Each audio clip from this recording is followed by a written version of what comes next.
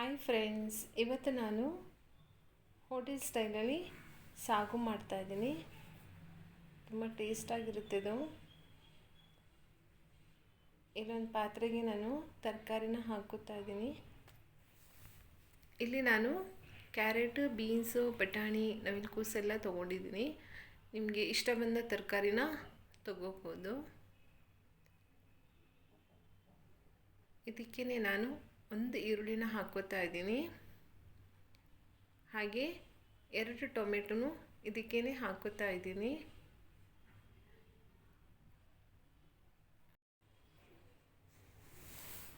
ಇದಕ್ಕೆ ನೀರು ಹಾಕೊಳ್ಳೋಣ. ನೋಡಿ, ಇಷ್ಟು ಹಾಕೋತಾ ಇದ್ದೀನಿ. ಫುಲ್ಲು ಮುಳುಗುವಂಗೆ ನೀರು ಹಾಕ್ಕೊಂಡಿದ್ದೀನಿ. ಹಾಗೆ ಉಪ್ಪು ಹಾಕೋತಾ ಇದ್ದೀನಿ.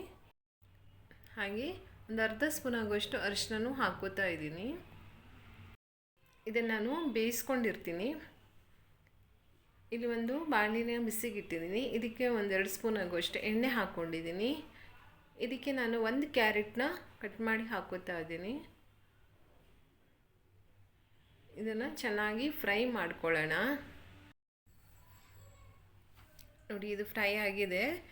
ಇದಕ್ಕೆ ನಾನು ಒಂದು ಅರ್ಧ ಕ್ಯಾಪ್ಸಿಕನ್ ಹಾಕೋತಾ ಇದ್ದೀನಿ. ಹಾಗೆ ಒಂದು ಈರುಳ್ಳಿನೂ ಕಟ್ ಮಾಡಿರೋಂಥದ್ದು ಇದಕ್ಕೇ ಹಾಕೋತಾ ಇದ್ದೀನಿ. ಹಾಗೆ ಇಲ್ಲಿ 4 ಹಸಿಮೆಣಸಿನ್ಕಾಯಿನ ಹಾಕೋತಾ ಇದ್ದೀನಿ. ನಿಮಗೆ ಖಾರ ಜಾಸ್ತಿ ಬೇಕಂದರೆ ಜಾಸ್ತಿ ಹಾಕ್ಕೊಳ್ಳಿ. ಇದನ್ನು ಚೆನ್ನಾಗಿ ಫ್ರೈ ಮಾಡ್ಕೊಳ್ಳೋಣ. ನೋಡಿ, ಇದು ಫ್ರೈ ಆಗಿದೆ. ಇದಕ್ಕೆ ನಾನು ಒಂದು ಸಣ್ಣ ಪೀಸ್ ಶುಂಠಿನ ಕಟ್ ಮಾಡಿ ಹಾಕೋತಾ ಇದ್ದೀನಿ. ಹಾಗೆ 1 ಗೆಡ್ಡೆ ಬೆಳ್ಳುಳ್ಳಿನ ಇದಕ್ಕೇ ಹಾಕೋತಾ ಇದ್ದೀನಿ. ಹಾಗೆ ಕೊತ್ತಂಬರಿ ಸ್ವಲ್ಪ ಹಾಕೋತಾ ಇದ್ದೀನಿ. ಸ್ವಲ್ಪ ಫ್ರೈ ಮಾಡ್ಕೊಳ್ಳೋಣ.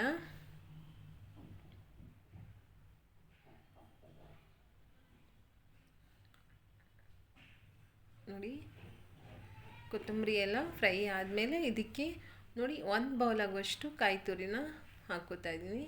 ಇದನ್ನು ಸ್ವಲ್ಪ ಇದರಲ್ಲಿ ಫ್ರೈ ಮಾಡ್ಕೊಳ್ಳೋಣ.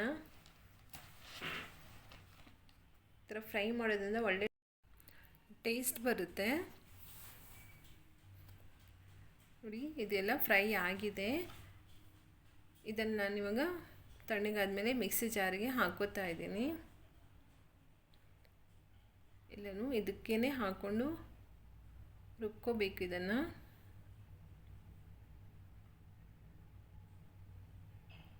ತುಂಬ ಚೆನ್ನಾಗಿ ಬರುತ್ತೆ. ಮಾತ್ರ ಪೇಸ್ಟ್ ಮಾಡ್ಕೊತಿದ್ದನ್ನು ನೋಡಿ, ತರಕಾರಿ ಎಲ್ಲ ಚೆನ್ನಾಗಿ ಬೆಂದಿದೆ. ಇದು ನೋಡಿ, ಎಲ್ಲ ಬೆಂದಿದೆ. ಇದಕ್ಕೆ ನಾನು ರುಬ್ಬಿರುವಂಥ ಮಸಾಲನ ಹಾಕೋತಾ ಇದ್ದೀನಿ. ಇದಕ್ಕೇನು ನೀವು ಚಕ್ಕೆ, ಲವಂಗ ಆ ಥರ ಏನು ಹಾಕೋ ಅವಶ್ಯಕತೆ ಇಲ್ಲ. ತುಂಬ ಈಸಿಯಾಗಿ ಮಾಡ್ಕೋಬೋದು. ಒಳ್ಳೆ ಟೇಸ್ಟ್ ಬರುತ್ತೆ.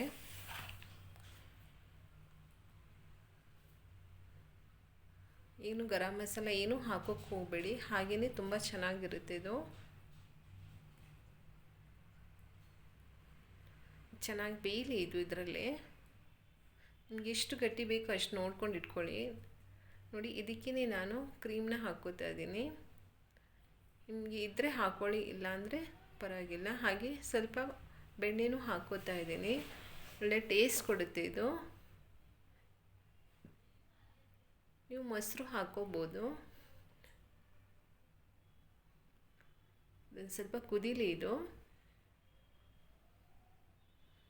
ನೋಡಿ, ಇದು ಚೆನ್ನಾಗಿ ಕುದ್ದಿದೆ. ಇದು ನೋಡಿ, ರೆಡಿ ಆಗಿದೆ. ತುಂಬ ಚೆನ್ನಾಗಿರುತ್ತೆ ಇದು.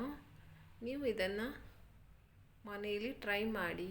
ಇಷ್ಟ ಆದರೆ ಲೈಕ್ ಮಾಡಿ, ಶೇರ್ ಮಾಡಿ, ಸಬ್ಸ್ಕ್ರೈಬ್ ಮಾಡಿ. Thank you.